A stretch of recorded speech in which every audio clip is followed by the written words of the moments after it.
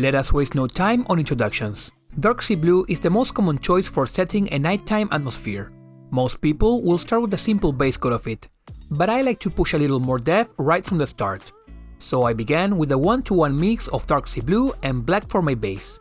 Then followed it with a zenithal highlight of pure dark sea blue. If you don't have an airbrush, no problem. You can dry brush this stage instead. The goal is to just leave some extra darkness in the deepest recesses. This not only increases the contrast for later highlights, but also gives the moonlight space to stand out as its own light source, instead of just looking like another base coat. With my shadows and first layer of moonlight in place, it's time to add the red OSL. And before we go any further, don't feel discouraged if you don't own an airbrush. I've made not 1, not 2, but 5 tutorials on painting OSL just with a brush, using different colors and even one that was entirely dry brushed. So there is no excuse not to give this a shot. Now back to today's model. This first layer of light reflection is, in my opinion, the most important step. And to get it right, there are 2 rules to follow. When deciding where to place the reflection, imagine standing in the place of the light source, and mark everything that you can see. But remember, light travels in all directions. Therefore, the best way to visualize it is to picture the reflection as an invisible sphere. However, this is where a lot of beginners make mistakes. Just because an area falls inside the imaginary sphere doesn't mean it's automatically lit. And that's where us looking from the place of the light source comes into play. A common example would be if a person is holding a torch, the underside of the arm would still be in shadow, even though that area would still be within that imaginary sphere. Like I said, this is the most important stage to create a convincing OSL, so take your time. You can always make your reflection bigger later, but not smaller. If you have reached this point, congratulations. The rest of the process gets easier and feels more familiar. At this stage, our model has 3 visual elements: the moonlight, the firelight, and the dark shadows we created at the start. Now we build up the moonlight. This is simple layering, but with a small twist. On one hand, instead of highlighting everything equally, I'll be focusing my highlights from the hips upwards. Why? Because I want the moonlight to feel like a fading light source, just like the torch.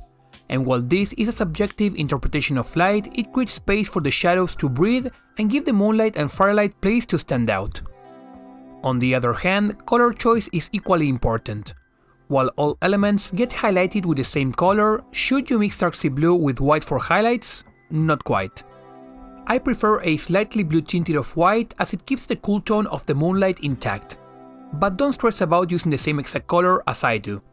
Any off-white can work, even a warmer one, so long as you apply it gradually and avoid big jumps in brightness. Ideally, aim for 3 layers of highlights, each smaller and closer to the light source, in this case the moon. But if you are not too confident in your color mixing, feel free to use 4 or 5 layers instead.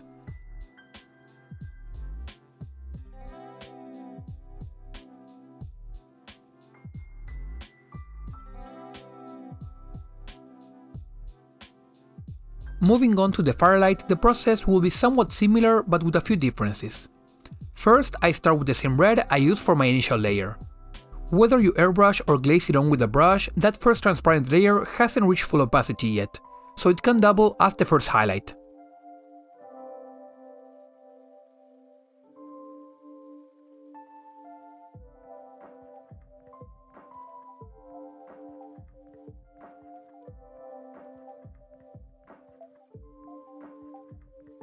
As you move into brighter colors, creep closer to the light source, just like with the moonlight.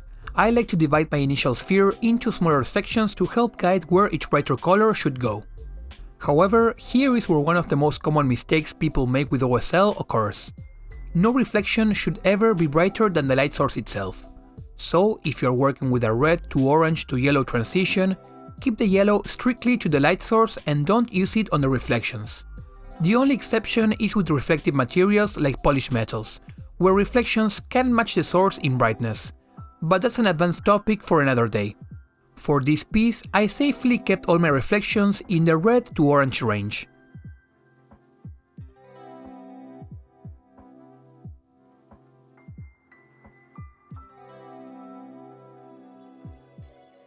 Finally, I introduced the brightest colors to the fire itself.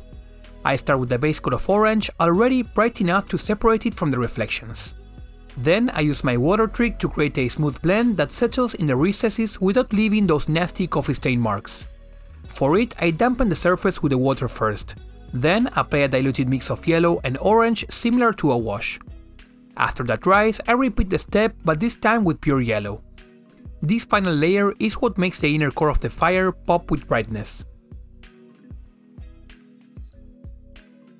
Thanks a lot for sticking around till the end. I hope you found the video helpful. If you still got any questions, feel free to drop them down in the comments. I'll be happy to help. And don't forget, I've linked other OSL tutorials down in the description if you'd like to see more.